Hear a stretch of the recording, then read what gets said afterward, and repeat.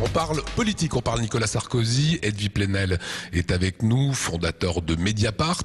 Alors une petite chose un petit peu perso, vous connaissez plutôt bien notre région puisque vous avez passé 60 jours au cachot à Colmar quand vous faisiez votre service militaire, Edwy. Oui, c'est un très très bon souvenir. J'ai été un puni, je me battais pour les droits des appelés à l'époque.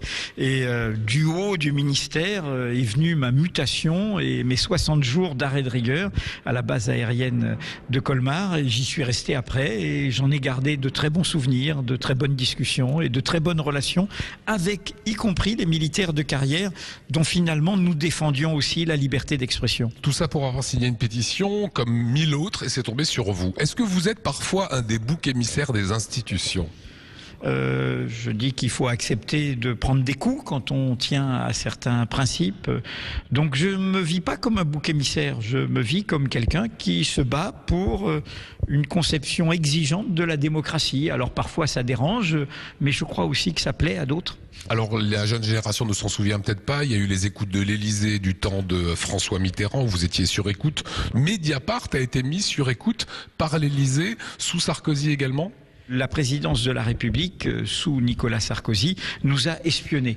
Depuis, comme vous le savez, des confrères ont sorti un livre qui s'appelle « L'espion du président », où ils vont encore plus loin que nos propres informations.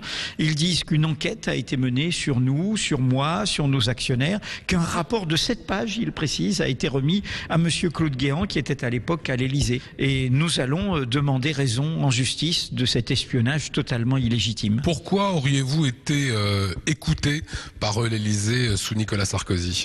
Pour des raisons toutes simples, c'est que cette présidence n'accepte pas les règles de la démocratie. Et dans les règles de la démocratie, il y a que nous sommes là, nous journalistes, pour révéler parfois des faits qui dérangent, des faits qui sont cachés. Et en l'occurrence, l'affaire Bettencourt, l'affaire Takedine, l'affaire Tapie, tout ça c'est nous. N'oublions pas était le premier opus, finissons-en et le tome 2 on pourrait dire. Est-ce un livre à charge ? C'est la réalité qui est à charge.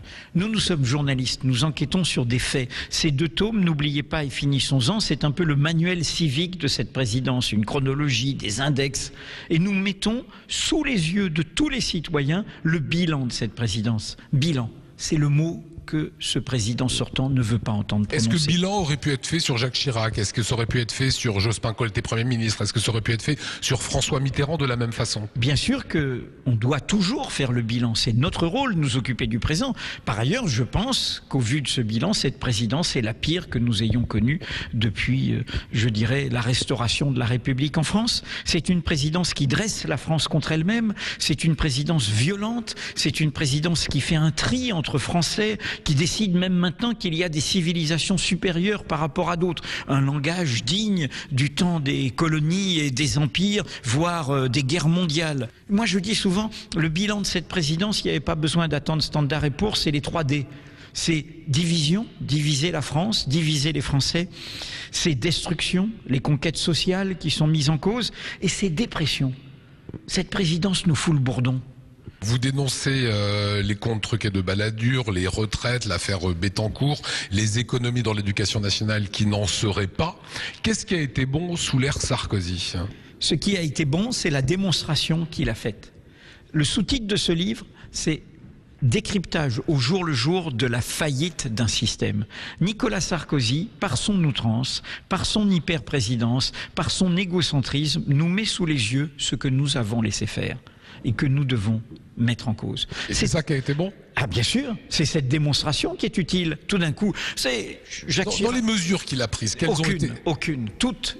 Soit c'est un mensonge, soit c'est une imposture. L'excès n'est pas crédible, Edwy. Vous êtes trop excessif pour dire aucune mesure a été bonne. Mais il n'y a pas de cohérence. C'est le pire bilan de cette présidence. La seule cohérence, c'est servir une minorité, une oligarchie. Et ça, des citoyens de toute tendance s'en rendent compte, au service de ceux qui veulent s'approprier la richesse, s'approprier le pouvoir. Et donc, voilà la réalité. Et la réalité, c'est que nous avons laissé faire ça, parce que nous sommes un pays où la présidence est sans contrôle. Ce n'est pas être excessif, c'est dire qu'il serait temps de se réveiller. Finissons-en, faits et gestes de la présidence Sarkozy, un inventaire publié par Mediapart avec des collaborateurs et des journalistes de Mediapart.